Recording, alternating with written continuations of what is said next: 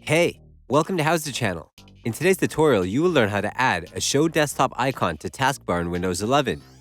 Copy the path you can find in the description box below this video. Let's create a shortcut. Right-click anywhere on your desktop. Choose New Shortcut from the list. A new window will open. Paste the address you copied earlier. Click on Next. Add shortcut name Show Desktop. Click on Finish. You have created the shortcut. Go You. Right-click on the shortcut and choose Properties from the list. A new window will open. Click on Change Icon. Choose the icon that you want from the option you have.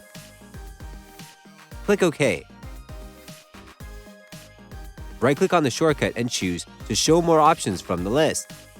Choose Pin to Taskbar from the expanded list. The icon will appear on the taskbar.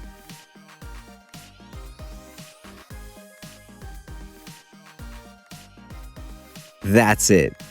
Thanks for watching the video. Please like it and let us know if you used any of our tips and tricks.